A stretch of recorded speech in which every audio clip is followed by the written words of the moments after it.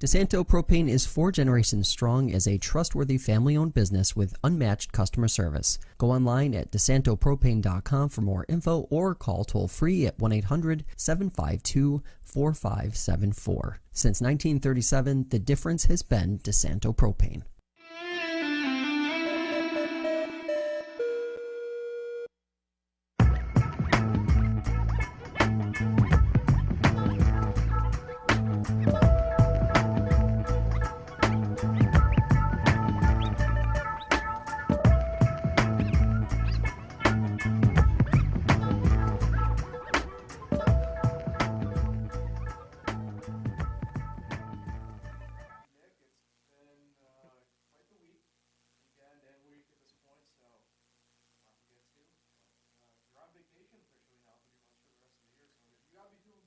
Yeah, I'm off this entire week, so it's been just nice to just relax, just hang around. Just not going anywhere, but just hanging around, enjoying something. Got some shopping done in Destiny, USA yesterday with my dad. So it was a good day. And, yeah, now I'm here. Not bad, yeah. Lots of stuff for football to get to. We got baseball news to cover. We usually don't get to quite often here in the winter. No. And, yeah, we get to talk about Draymond Green. So. I felt like we just talked about him. Yeah. Getting off football, NFL. Let's just get the elephant out of the room, out of the way with. But Kansas City losing to the Bills. And I feel like we obviously have to kind of start here because it took away from what was a pretty good game with different implications for both teams happening that I think it's overshadowed because Patrick Mahomes finally gets broadcast to be a bit of a crybaby there a little bit. There's a complainer. And look, it was the right call. Kadarius Toney was offsides. Kind of funny that Chiefs fans and Chiefs players think that this is a rarity when it's been called a lot this year. It's one of the emphasis points that going into the year. Yeah. Also officials to look at. And I guess to that point as well, it got called actually later on Sunday, even in Sunday Night Football, it got called on a lineman. So, Oh, really? I didn't know that. I believe it was actually technically on Jason Kelsey even. So, yeah, not as absurd as it usually is, but Kadarius Toney having himself a year, unfortunately. But, at the end of the day, I think we got to start here. It was the right call, and the Chiefs had no way to blame themselves. Yeah, it was the right call. Just unfortunate.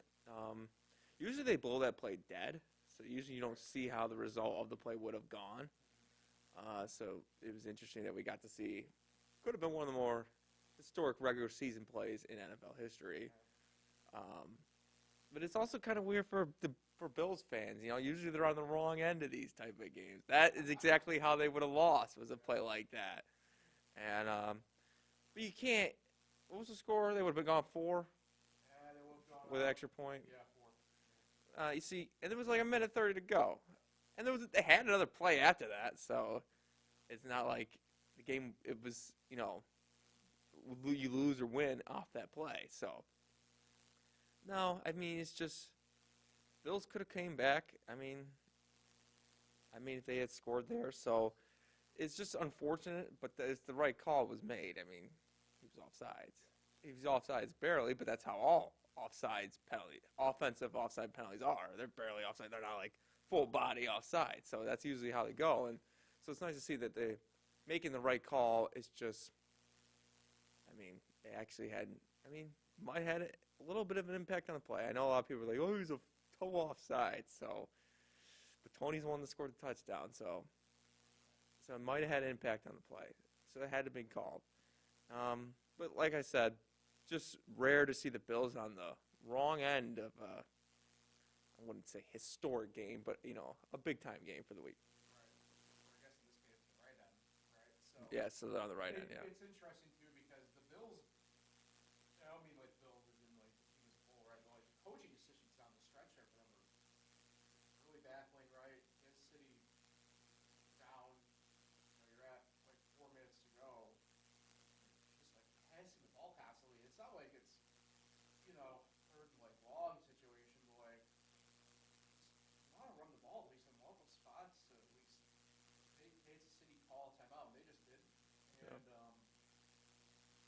obviously the Bulls in that sense got the bullet, right?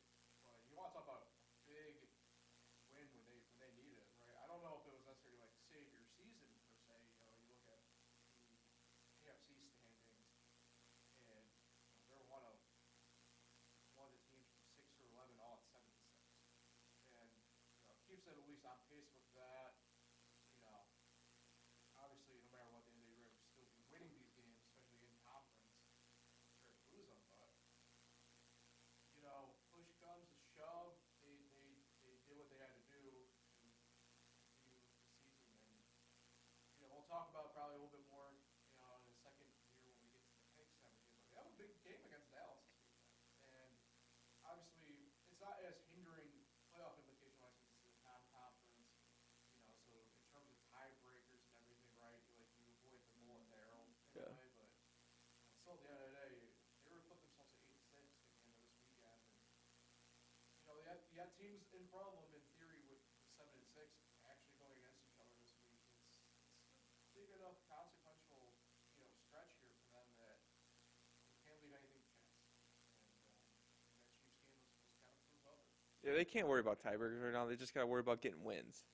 Because with Kansas City and then Dallas the next week, could easily have been 6-8, and now they got a chance to go to 8-6. So, and with I've noticed this last 3 years they've done it now. The 7 seed is never that typically that good of a team. So, it gives them a shot to get in the playoffs. Don't know where you can go as a 7 seed, but you get in, you got a shot, I guess. So. It'd probably be in theory one of the better 7-seeded teams probably ever get to that point. Obviously, Yeah. Between both conferences, right? There's only a handful of examples to have there. So, but that being said, because of the Dolphins losing Monday night, they're still alive in the AFC East race. So, obviously that was a little bit more, I would say, unrealistic of the two. But math is math, and it is in this situation. They're alive. They didn't expect to get a game this week with especially. I still can't believe the Dolphins lost that game to the Titans, and then playing the Chiefs. You want to talk about a game where coaching literally kind of just pissed the game away. Like the Dolphins did just that, and I get players talking about their play, but like you were up 14 sub 4 minutes, I think it was, or sub 5, but and you want to talk about again some play calling there in that final, what ended up being their final drive, like second and final drive, Yeah. where they should have just iced it. Yep. Or maybe at least you don't ice it, you at least give the Titans only 45, 40 seconds to do something, right? And isn't it? And for a defensive coach like Jayden Daniels, right, the defensive coordinator in Miami, and I don't know how much of it's really necessarily on him, right? But like, and Alongo, rookie quarterback, kind of dismantle your defense the way they did there, that final few drives, Yeah. collectively, it's wow. And I think that's the thing too. This Tennessee team we're down on them this year. This is a down year for them, right? I think this is like They've always been in the hunt. This has been like the roughest stretch that Vrabel's had. Yeah. And I don't know if the talent's necessarily there this year as it has been the past few years, obviously, but there's still pieces there. Like Derrick Henry's still pretty good. D-Hop when it's Kevin doing is still really good and everything, but They didn't have a quarterback this year. Right. And I don't know if Will Levis is exactly the guy. We'll get to about that in a second here as well, but they're chippy enough that I don't know if I'd want to play him here the final few weeks. No. That's for sure. No, they're definitely a team you don't want to play as, because they could be a deadly spoiler team, man. I mean, they're technically innocent too. To me, about the Dolphins is Mike McDaniel. Has he really won a big game yet? Yeah. I mean, how long has he been there? Second year now? This is the second. Second year as a coach. I mean, he's won some games, got him to the playoffs last year, but he has not won a big game. I'm not saying he's a bad coach or anything like that. I'm just saying he hasn't proven anything to me yet to be considered a great coach. And a lot of people might think that because he's got him towards the number 1 seed in the AFC this year. A lot of talent, scored a lot. No, he's got to prove it to me still. And just a loss like that to the Titans, it makes you think again, like, yeah, this guy needs to prove something before. And all these guys on the Dolphins, like Tua's never won a big-time NFL game yet. I mean, so a lot of proving with this Dolphin team, but they've had a great season. They beat the teams they're supposed to be, other than really the Titans. And I hate them it's not really a doubleheader. They call it a doubleheader Monday night game on Monday.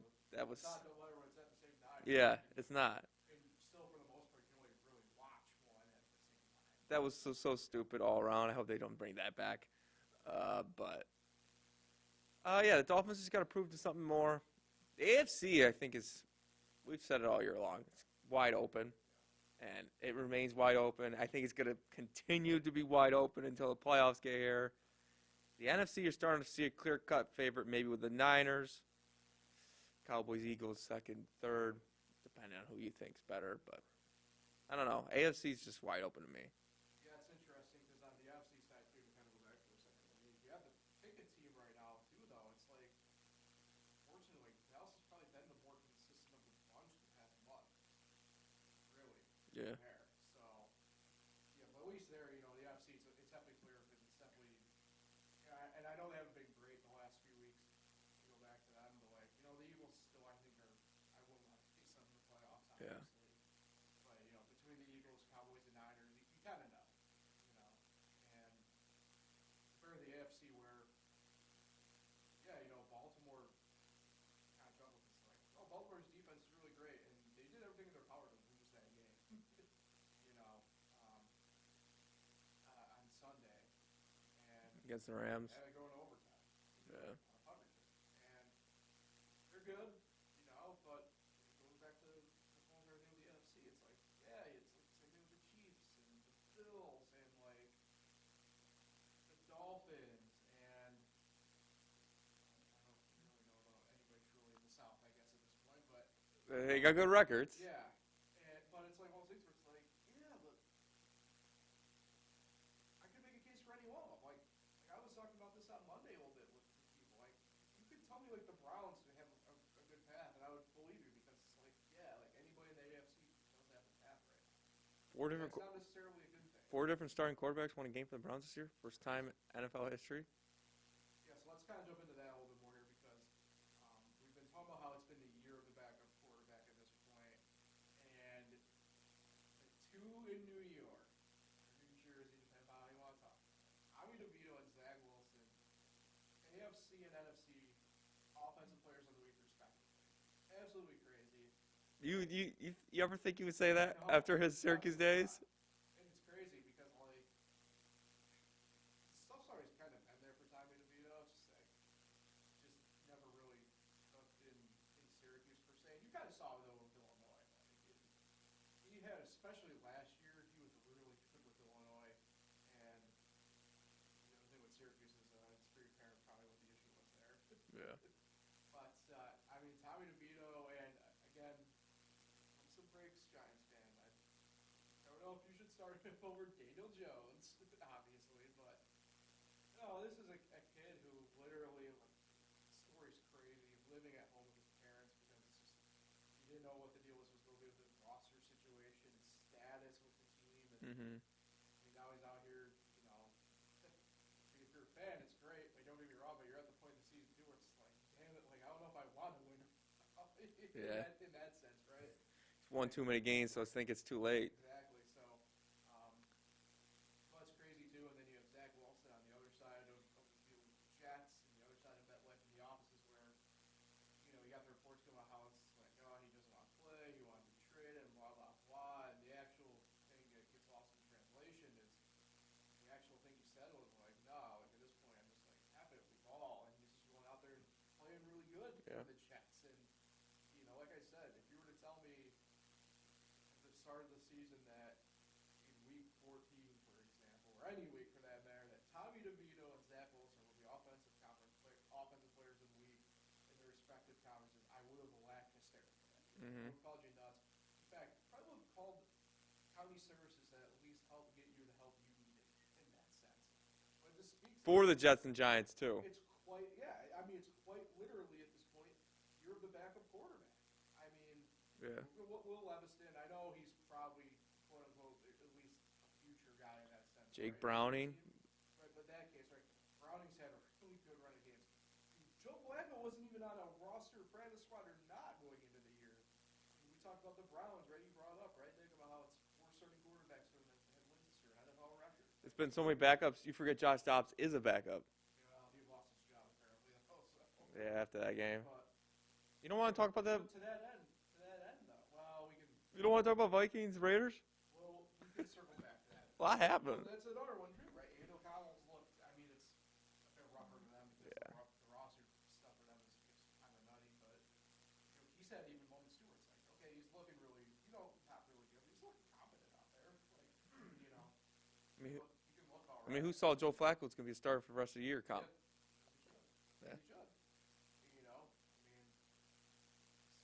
Trevor Lawrence, CJ Beathard didn't quite obviously get there, but Trevor Lawrence, you never know with him. And so we'll have another backup join the ranks this week with Easton Stick with the Chargers, more than likely here and everything. But it's crazy. It's crazy, these backups. I mean, still when you think about it in a way, I want to go back to last year a little bit with it, right? Geno Smith, Brock Purdy.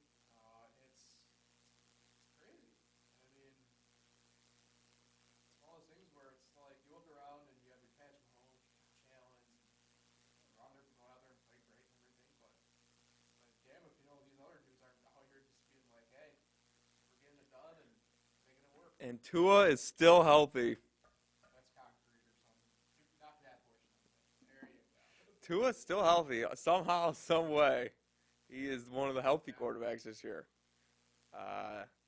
Yeah, it is nuts about all the backups. I mean, there's so many backups for the Giants. You forget Tyrod was playing for a little bit there. So Tommy, He's back and active. but Tommy's the guy. Yeah, they're gonna stick with Tommy. I mean, just a game back of the playoffs.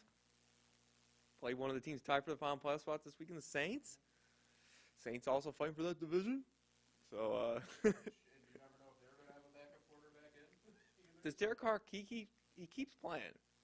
Well, I think he's obviously the better of him and James. Yeah, you keep thinking he's gonna go get hurt, but then he just. He gets banged up like once a game. Yeah. That offensive line is not keeping him good back there. And then obviously they got the most famous backup quarterback ever, their tight end, Taysom Hill. He was inactive last week, thank God. He started the backup I trend. just realized this. Do the people know about my hate for Taysom Hill? I don't think so. I don't know. I mean, I think it has more to do with Sean Payton, the way he was using him. Because he does still get like that weird run every now and then, but like, Jesus Christ, I'm a tight end. Even Tebow did it at the end. Yeah, I know, that's right. I forgot he did that. Still get confiscated. Yep. So, yeah, so you don't like Taysom. It's just an overrated shit. What were your thoughts on Washington having a bye last week? Thank God.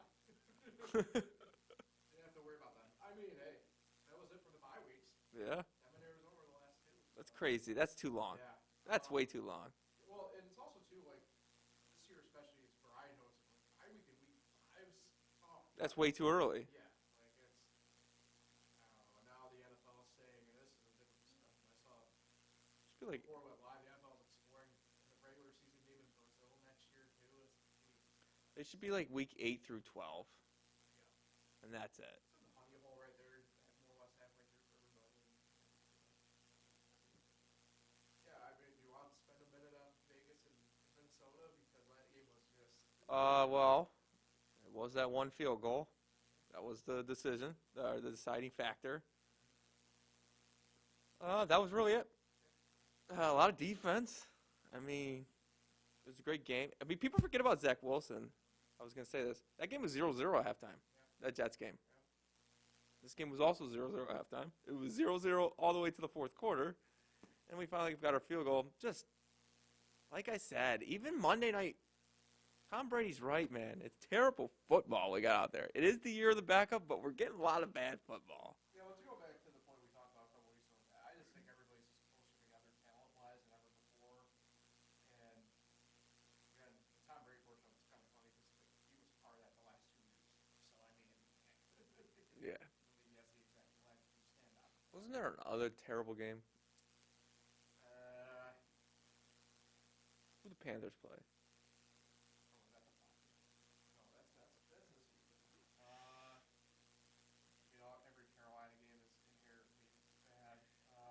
Yeah. There was something interesting though, and I didn't see anybody really talk about it. Maybe before we get to our picks, I can ask you this: if you saw it, did you see the wife of the offensive coordinator reply to a tweet to someone and said, like, we were already fired because the owner demanded that we stay and finish the year or something like that? Really? If that's accurate, that's wild. Like, that only goes to show, I think, Who? the chaos. Whose wife? Offensive coordinator, like Carolina. For Carolina. Yeah. Where it's like apparently a lot of coaches are fired, but like he just like told them like to stay the rest of the year, I guess. I mean, you get paid either way, so. It's one of those things where it's like if that was me, like I'd be like, no, you fired me, not working for you at that point. It's like, what if he does, like, really great those last few weeks? Then you might change your mind. That's really the point, though. Yeah.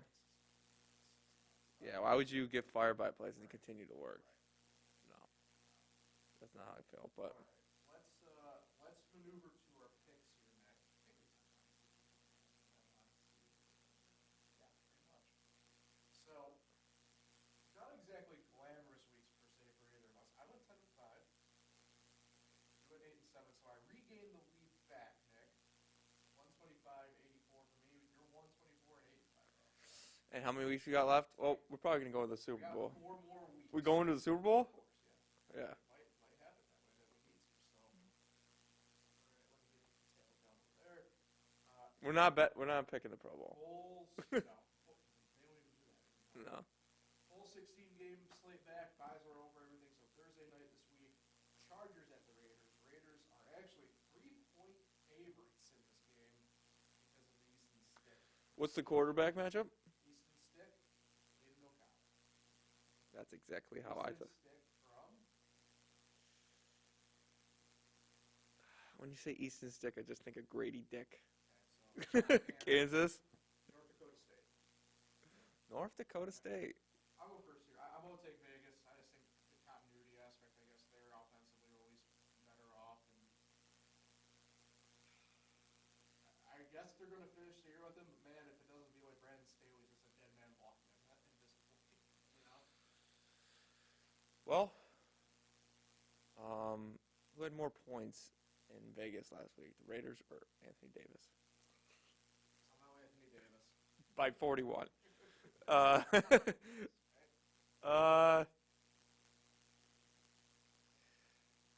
can't. I'm gonna.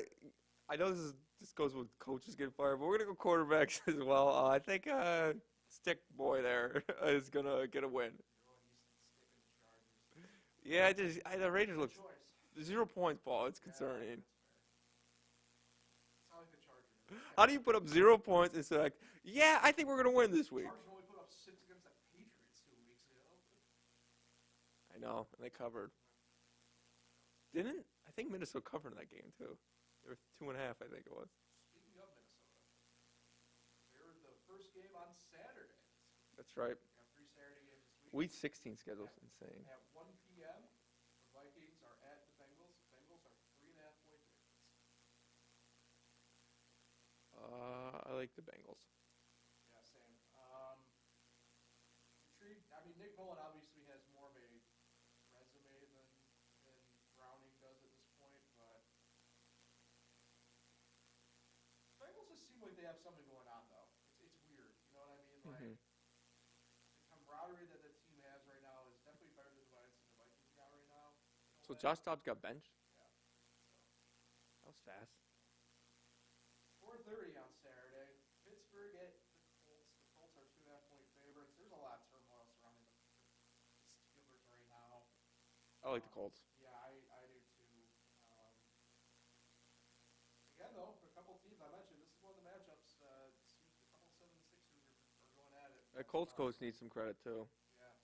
I always forget his name. Yeah, same.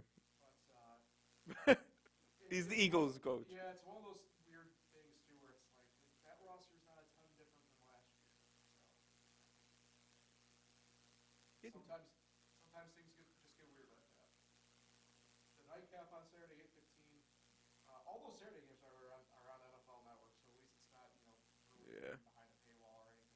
Amazon Prime.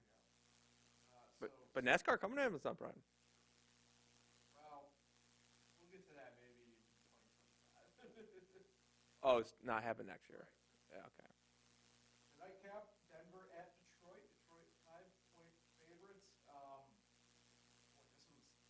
personally, this is tough because Detroit's left a lot to be desired the past few weeks. Obviously, they got handled by the Bears. Yeah. No way around it. I think the Bears are sneakily, like, they're not terrible. People think they're, like, one of the worst teams of football, and they're not. And especially when you got Justin Fields. I mean, you're not going to be the worst team of football. So, I like the Lions to bounce back this week. I'm actually going to go Denver here. Denver. Yeah. It's just one of those things where it's like, and you're probably right, this is probably the bounce back week technically for Detroit, but Denver's just, even when they haven't looked good, they're finding ways to win. I mean, they're now, what, 7 of their last 8, I think, something like that, so. Has it been glamorous? No, but, like, at least they're kind of finding ways to make it. Yeah. Can't say the same about Detroit right now. No. That's a tough spot because Detroit, in theory, should be that 4th team we're talking about in the NFC. They've just been falling off. It's true. All right, the first of the Sunday games, 1 p.m. window, kicking it off with Atlanta and Carolina. Carolina 3-point home dogs. I'm very torn on this since I physically can't trust Atlanta, No. but I think I might have to here. I mean, I don't know, Nick. I don't know. What do you think? I have to go Atlanta. I don't think Carolina's going to win again. Pains me to actually agree with you on this one because must just be the week that Carolina does it their second week. It could be. It really could be. I mean, Atlanta's just tough. They're miserably like constipated as a team. You know how bad they are? I bet you they go to the Super Bowl and we have to deal with them. Imagine them in the Super Bowl. Arthur Smith is safe apparently too. Like, what is he going? Like, He's won games. It's true. It's true. For like the team, we just don't understand how the hell they got there. It's kind of Absolutely. Like, Ritter's still there. yeah. I don't know. It's kind of like the Rockies in 2007. Like, how the hell did you get here? I know. Chicago at Cleveland. Cleveland only a 3-point favorite. Thought it'd be maybe a little bit bigger, but I guess not. You can't really make the weather argument here for Cleveland because Chicago deals with some crap weather. You know? I'm riding high. I'm going to go Chicago. I don't disagree. I'm going to go Cleveland here. Why, It's Paul? probably the I picked here because I guess Joe Flacco's elite. Is he though? I don't know. But, yeah, I think this might be just one of those ones where, in theory, I think push comes to shove a little bit more, especially at the defensive end of things. Cleveland's just pretty good with those things. So, although it's interesting, down the stretch there against the Jaguars, they did look shaky. Yeah, I hear you. I'm not. Joe Flacco's past his time. He had a nice week last week, but So you're saying Joe Flacco not elite? not at 38, whatever he is. 39. Even worse. He's like us, and he didn't care. Ouch. He is not like us. We are 10 years younger. Tampa Bay at Green Bay. Green Bay is a 3.5-point favorite. Green Bay. The Battle of the Bays. The battle of 2-letter abbreviations.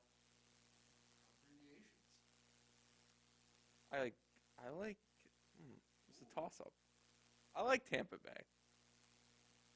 This is going to be one time all year I really don't go with them. I'm going to go Green Bay here.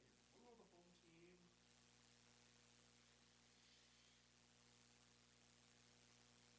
I don't love it. I'm going to go Green Bay.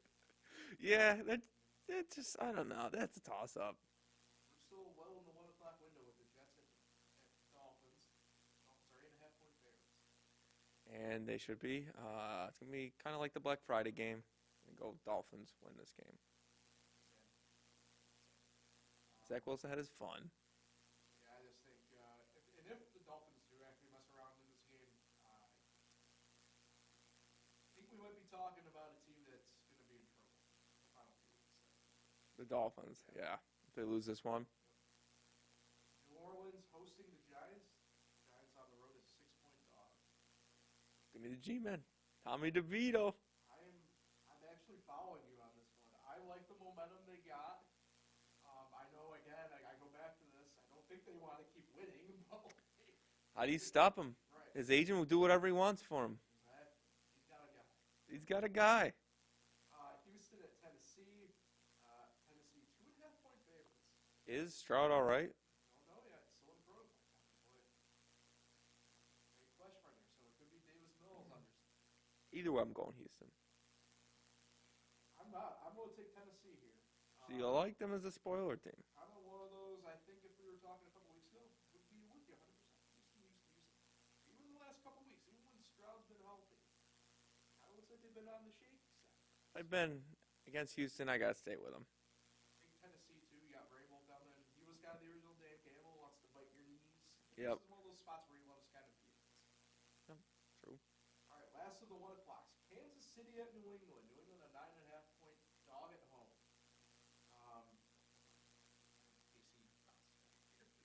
You know, I think New England could cover, Oh, I do agree with that, actually. but KC's gonna win. KC looks bad. Not like Carolina bad, but you know the for what they're supposed to be. Yeah. And we might be on the last legs of Belichick in New England. Yeah, I think it's time. Who knows? All right, 4 o'clock window opens at 4:05 with San Fran at the Cardinals. Cardinals are 13.5-point home dogs. San Fran. Yeah. I don't think there's much. They just gotta get out of that game, stay healthy, and move on. Washington at the Rams. The Rams 7-point favorites. Give me Washington off the bye. Really? Yeah. Sam Howell. Rams are inconsistent. That's true. But I'm gonna go Washington. Ooh, whoa. Rams. I'm going Rams. If I The notes, I'm taking the Rams. if I win by 1, it's gonna be some. Probably because of that. In all honesty. Yeah, Rams ain't a gimme. So give me Washington off the bye. All right, the final of the late window, 4:25. Dallas at Buffalo. Game of the weekend, maybe. But Buffalo 2.5-point favorites.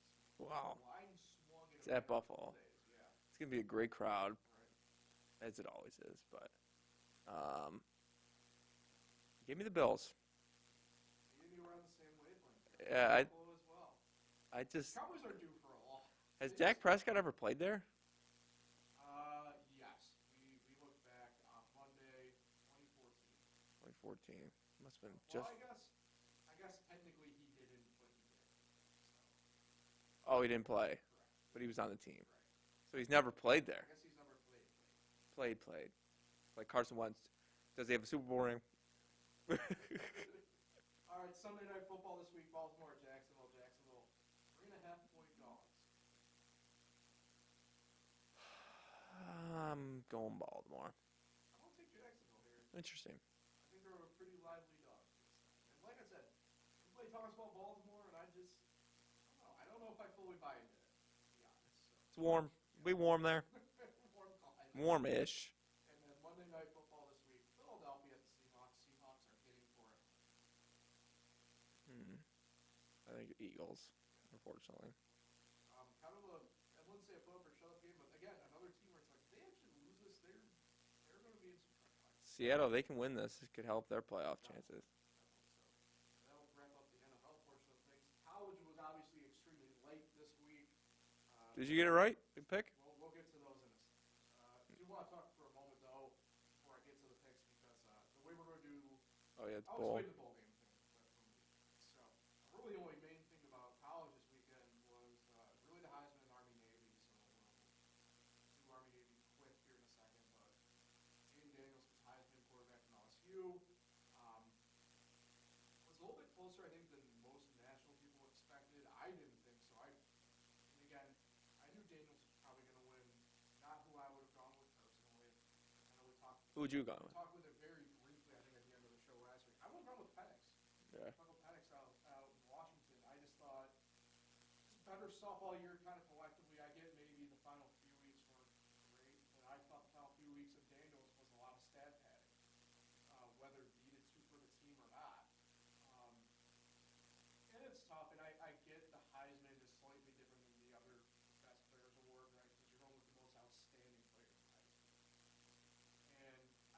guess I would get it. I kind of understand. Yeah, it's not valuable, but it's right. Whereas the other ones like the Maxwell has to do with more value and stuff like that. So it's tough. I get it. Did Marvin Harrison Jr. have a realistic shot this year? Probably not. Bo Nix. It's interesting because the way if you look at the maps, right, for the Heisman, like the Midwest was surprising. They leaned Penix. Penix was number one out in the Midwest collectively vote-wise. And I thought the Pacific Northwest was definitely going to be Penix heavy, and it was, but I didn't expect him to clear Bo Nix by the amount of votes that he did. He cleared him by a pretty considerable gap. yeah. So I thought that was really telling. It's tough. I mean, I know a lot of people in the Northeast went Daniels. He was pretty clearly the favorite out in the Northeast grouping. But it's kind of funny. There was a minor undercurrent in the Northeast for Penix as well. Just didn't put half the votes. So I know the big question is that we always ask: did they get it right? The voting get it right? Probably not. Who I would How much voting did he lose by again? Penix? How much voting did Penix lose by? The way they do the point system is interesting because there's a big discussion about right now, like, is there too many voters for the Heisman? I can understand maybe in theory why you say there's probably not. There's probably too many, but the same token, a lot of people only watch certain amounts of football, especially on the college front, where it's very hyper-regional. So I think that's a good thing to have more votes in that situation of voters, like bigger voting pool. And I don't mean any disrespect, but the fact that, perfect example is Blake Form and J.J. McCarthy have the Blake's votes. What are we doing? Yeah. So I don't know. One of those things where it's whatever. So in my mind, did they necessarily get it right? Yeah, kind of. Probably just not right. Yeah, Marvin Harrison Jr., I think he had a great year. Wasn't the best wide receiver in college football this year, by statistics-wise. I mean, he's there probably because of the name. And, Ohio State had a great year. There's no way Bo Nix should have got over Michael Penix Jr. I mean, granted, they don't play on the same side of the football, but he beat him twice. So I think, Well, I mean, they play on the same side. yeah. But they don't play against each other. They don't play head-to-head, but yeah. They played that twice. I got you. Michael Penix should have never have lost to Bo Nix. So it came down to Jayden Daniels. And puts up great numbers. LSU had a great year. They did have a great year, but in college football standards in this 14 playoff, they didn't because they were never in the college. Yeah. I can make the case. What were they? This is 9-3. 9-3. This is a different special. I thought they kind of underperformed, to be honest, especially in what obviously ended up being a very open SEC this year. Yeah. So my 2 cents on that, no, but it didn't mean the Bunch of 2 losses, probably 3 losses. Alabama. Alabama, Ole Miss, they lose to. Ole Miss. They lost to Who did they lose that? First game of the season, wasn't it? First game of the season. Florida State? Yeah. Florida State. Yeah. Florida State. Terrible Florida State. But, yeah, not surprised that he won it. Usually you kind of hope for someone in the playoff gets the Heisman, so it just builds a little bit more towards the playoffs. But, he had the numbers. Yeah, I think they got it right. But I think I would have voted for Penix Jr. as well. I think he had a great year. I think he deserved it. But that's not the case all the time. I mean, Johnny Manziel beat Manti Te'o that one year, and It's always tougher. yeah, it's always tougher. Now it's tough for non-quarterbacks. Yeah, for the most part. I mean, I still think, Monty Smith won it only a couple of years ago as a wideout, which is surprising. But I still think for running backs, I think it's very possible still. But, Yeah. All right, before we get to picks, quickly, Army-Navy was Army-Navy. Still was great. No, my pick didn't make it. Go Army. Go Navy, beat Army. But, yeah, it's always fun. Those games are great. I thought the best part maybe wasn't necessarily on the field for a change. Game day had a rare home run this year, I thought. Belichick came out of the shell, I thought, a lot. Didn't know fully about some of the background that he had. I didn't realize he was actually super close and had been around Coach Corson a lot growing up and everything. Really? So that was pretty cool to see. get to my picks. How'd you do in the I went FCS? I went 0-4 in that. Really? So I was 0-5 last week. And Wow. Hopefully y'all beat. So what's the deal with the bowls? What's the deal with the bowls? So overall, I'm 43, 42, 42 and 2 now. Bowl picks. I was going to kind of take it as they come within the week. So my bowl picks for my college picks this week are 9 games deep because there's 9 bowl games between now and next podcast. So that's going to be how we're going to do it more or less here, I think. Question: is there a bowl game Wednesday afternoon? There is not. There This is. week there is not. So first bowl game is Saturday to next Tuesday. Okay. Begin with the Myrtle Beach Bowl, Ohio out of the MAC, Georgia Southern out of the Sun Belt. We'll go with Ohio. They're getting 3.5. Their Celebration Bowl, always an interesting one here. This is the winners of the FCS conferences of the SWAC and MEAC. They have historically black colleges and universities. Very interesting game here. Florida A&M against Howard. Florida A&M representing SWAC, Howard the MEAC. Florida A&M laying 6.5, taking them. It's a lower line than I anticipated, though. Florida A&M is 11-1 this year. Howard is 6-5. So, yeah, don't know fully about that, but I'm gonna take the Rattlers. Florida A&M. New Orleans Bowl is Louisiana out of the Sun Belt, Jacksonville State out of the CUSA, and we'll go Jacksonville State getting in via the technicality since they were technically ineligible. Getting a new FBS team. We'll lay the 3.5 with them. Pure Bowl, Appalachian State out of the Sun Belt, Miami out of the MAC. We'll take Miami plus 6.5. I think that's it's an interesting line. I think it might be a lot of people kind of riding App State late half of the year, not in school. So go with the Red Hawks.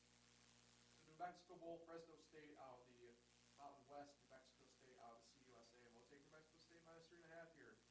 This game was a few weeks ago. Probably will still taking Fresno State, but they haven't been great down the stretch. Okay. In fact, they blew their chance at barely winning the Mountain West by losing down the stretch. So we'll go take the Aggies out of New Mexico State. The LA Bowl, powered by Gronk, is Boise State out of the Mountain West and UCLA out of the Pac-12. Then the home game, obviously, for UCLA in a sense, but I'm going to take Boise State plus 3.5. There's a lot of turnover already going on. Is that game at SoFi? Yes. A lot of turnover already coming out from UCLA, so we'll take Broncos there. The Independence Bowl, Texas Tech out of the Big 12 and Cal out of the Pac-12. We'll take Cal here, getting 3. Wasn't overly impressed with Tech all year. Cal, I think this might be a little bit of me just being like, yeah, they've surprised all year. Why not one more surprise? So I'm going to go with Cal there. The famous Toastery Bowl, which is formerly the Bahamas Bowl, but will be back in Bahamas next year. Renovations at the stadium there took too long, so this is taking place at UNC Charlotte. So the famous Toastery Bowl. Old Dominion out of the Sun Belt, Western Kentucky out of the CUSA.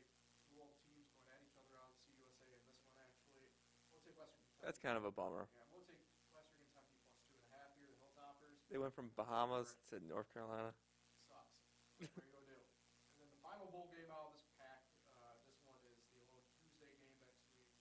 No, this is the second Tuesday game next week. But Marshall out of the Sun Belt and UTSA out of the American Athletic Conference, taking UTSA Roadrunners minus 12. Question. Spread of the early. When does Syracuse play? Next Thursday. Ooh. Well, yeah, it's interesting. It's something we'll probably talk more about next week, but I'm actually doing the basketball game next Tuesday or Thursday for that. They actually had to move the game up to 5 p.m. to accommodate the bowl game at 8 p.m. Nice. Television-wise, everything. Going to the game at 5. Yep. So we got a few more minutes before we get out of here. Shohei Ohtani, obviously signing with the Dodgers. It's big news because of the amount of money in that contract and the way it's going down. 10 years, $700 million. But Nick, most of that money deferred. So, at least especially on the front end of it, his average annual value is only $2 million. I want to start here with this. Deferments are nothing new in the MLB, or any contract for that matter. The reason why we have Bobby Bonilla there.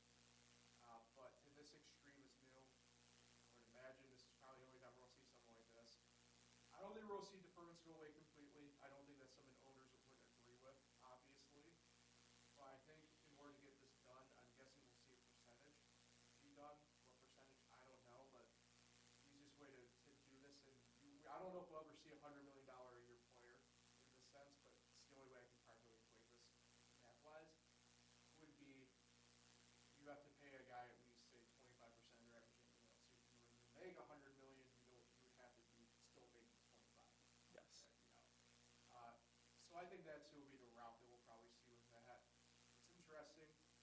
didn't think anybody on the East Coast was truly in the race.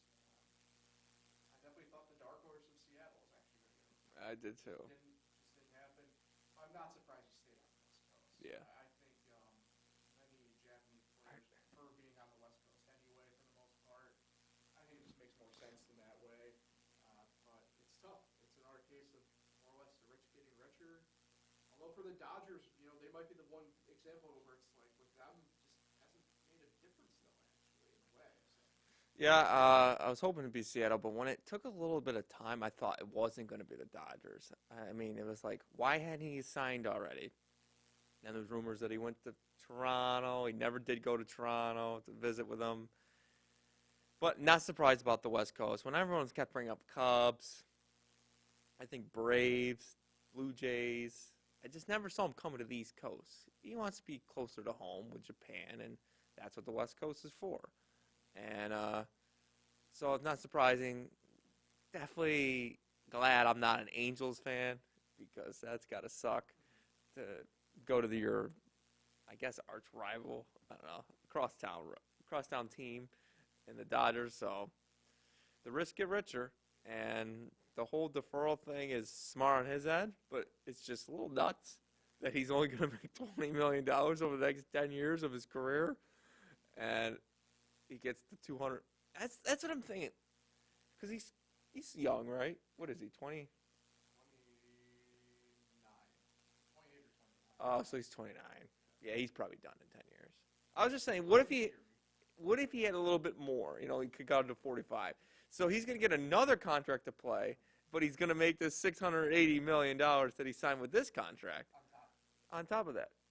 Plus his sponsorship deals, if he keeps getting better as a baseball player, is just going to go up, and up. That. I mean, he literally has. Look, he has whatever over here in America has his rivals like New Balance and stuff like that. But over in Japan, I know he's one of the poster boys over there right now. I mean, that's just let alone the American side of things. He's also got the other source of income from the whole country, literally. Yeah, everyone keeps saying how much he's going to make per pitch and per inning and all this stuff. But what is it now? He's only making $2 million, so it's not that much money he's going to be making per pitch. But yeah, he's going to have a lot of money coming his way after, and maybe we'll have a Shohei Ohtani day. I mean, we got 11 more years of Bonilla day? Something like that, yeah. I think 2035, I think it's the end of it. Yeah, so good on his part, but yeah, they're going to have to make a change there. 25% sounds good to me. Yeah, I mean, I just picked a number, right? I mean, I don't know what it would be, but I think that's the only way you get the owners to agree to something, right? I mean, I don't think the players necessarily care one way or another, right? Because they're going to be getting paid no matter what. So. yeah. I mean, Rowdy Tellez is going to be making more than him this year. Right, 3 mil. Yeah, I guess one final note too. It kind of caught me off guard that the Giants apparently offered him the same deal and structure. Oh, really? I'm guessing, it's one of those things where I go back on this when it's Southern California. Also, Believe that. it's also you got to move. Right.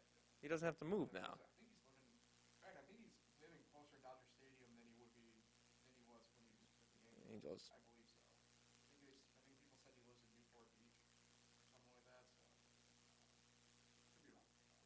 All right, last thing before we got here, Draymond Green last night. Another incident. It doesn't feel like incidents at this point. Turned around and punching Josip Nurkic. I said this morning. We vilified Meta World Peace, run our tests for years for stuff like this. And even then, it was really only 2 incidences. We have multiple now of Draymond Green on this, more so than run our tests. And for me, I just look around a lot. It's just Draymond being Draymond, LOL. And that's how he just keeps getting away with it. Yeah. And, I don't know what the NBA is going to do this time. It sounds like the early stuff is like a lot of people are just so fed up with it. Like he's going to.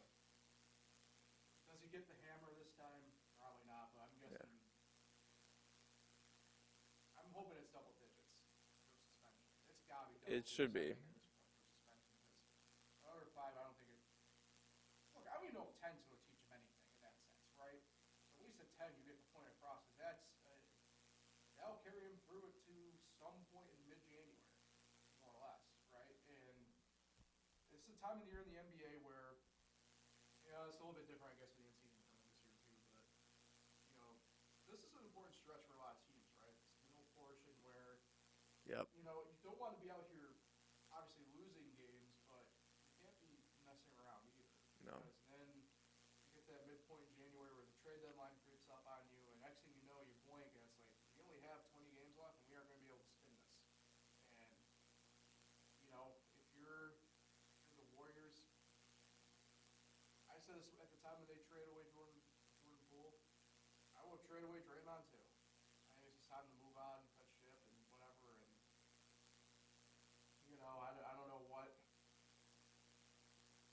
going to change. I don't think anything's going to change, but somebody's got to send a message here to Draymond. I think with this incident. Yeah, it's definitely going to be 10. I'd be surprised if it was not more double digits. It's just happened too much and too often lately. I think it should be 20. And if it gets up to 30, we get like a 30-game suspension here for this because it's so frequently because it just happened again. It's one thing if it happened next year and it'd be only maybe 10 or 15. But if it gets up to 30, then he does it again, and you're looking at a year suspension. Postseason, got to be gone. Like, this is happening too much. And not to say this game isn't physical, but it's just, it keeps happening to him.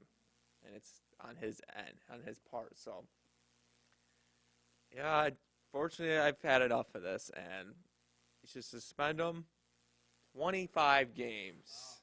Wow. You're going. Yes, 25 games. I mean, hey, that's what's got me to get his attention. Yeah. I don't think they'll do 25. 25 is kind of reasonable. No. For when, you know, Ron Artest goes into the stand type scenario. Yeah, that's. You know, I don't know. Like I said, I don't know if they go there on that one. I don't think they do. Is that what he got suspended for that? I think depends on the table. I mean, Ron Artest was a full year. A whole year for that. Yeah, I mean, there's a lot of guys who are full year for that. Randall Neal's got derailed and he didn't do anything. So, all right, I think that does it. On that note, though, Nick, appreciate everybody for listening and tuning in and watching. Shouting out this week, Nick. Yeah, it's as we inch closer to Christmas and such. Yeah, I'm excited. Christmas podcast next week. Technically. Yeah, I guess it would be. Yeah. Technically. Repeat shout out today. Shout out our friend Josh Langley. Ended his fantasy football 6-year playoff drought this week.